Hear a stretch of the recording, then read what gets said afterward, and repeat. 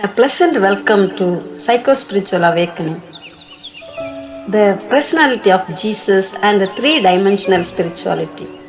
And they all ate and were satisfied. Matthew chapter 14, verse 20. Let's examine a 3D spirituality.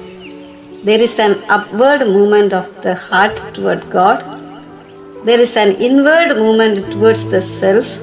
And there is an outward movement towards others. This is something you ought to strive in your personal life and offer opportunity for people to experience through your own ministry. These days you can add the fourth dimension. Outward journey is also towards the rest of creation. 3D spirituality. We see Jesus living out the three-dimensional spirituality. It begins with these words: Jesus withdrew from there in a boat to a lonely place apart. Matthew 14, verse 13. It is an inward and an upward journey. Jesus had been told about the death of John the Baptist, and he wants to process this loss.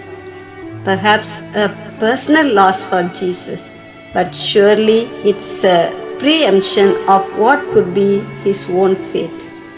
He withdraws inward into himself so as to communion upward with his Father.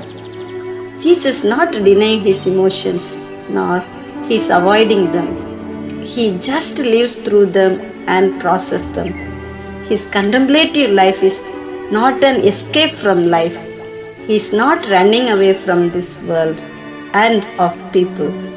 After that brief moment of contemplation, as he went ashore, he saw a great multitude and he had compassion on them. Matthew 14:14. Compassion is the third dimension of three-dimensional spirituality, the outward movement that reaches out to those in need. One of the primary qualities that the gospel writers attribute to Jesus is compassion. Matthew 9, verse 36, 14, verse 14. I am particularly drawn to a description by Mark that adds a dynamic aspect to the compassion of Jesus. He was moved with pity. Mark 1, verse 41. Compassion has two components. Firstly, it is an emotion of empathy, suffering together with the literal meaning of compassion. This compassion or not pity or loving kindness of Jesus is not only an emotion. When this empathy is combined with courage, it moves to action. That is the second component of compassion. Jesus healed the sick, Matthew 14:14. And when the need of the people changes, he is willing to give them something to eat. Matthew 14:16. And what a giving! This is fullness, abundance, and satisfaction. They all ate and were satisfied. The gospel text of today, which is very similar to the accounts in the other gospel, Mark 6:30-44. And we also recognize Jesus in this event as the new Moses who gives them bread from heaven. The disciples hint to Jesus that there was a situation of need, but they were not willing to do anything about it. There is no mention of 200 denarii in Matthew. Jesus invites them to take responsibility. The disciples claim in a reluctant manner, underestimating their own resources. We have only 5 loaves here and 2 fish, Matthew 14, verse 17.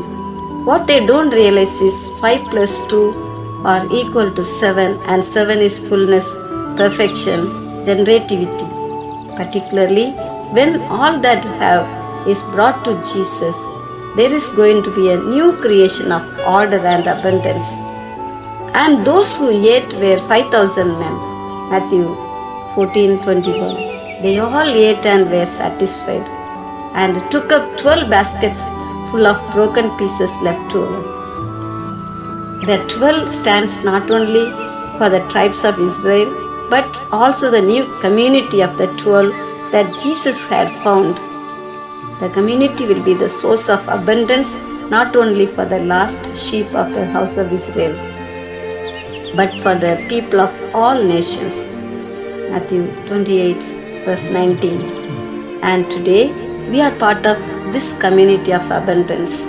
We not only draw satisfaction from this fullness of our own selves, but we are invited to be the source of generativity for all nations. A special thanks to Reverend Father Sahaya Selvam, SDB, who contributed this reflection. Let us develop three-dimensional spirituality so as to develop psycho-spiritual awakening and contribute our might by emulating the personality of Jesus. May God bless you. Inspiration ripples. Thank you very much.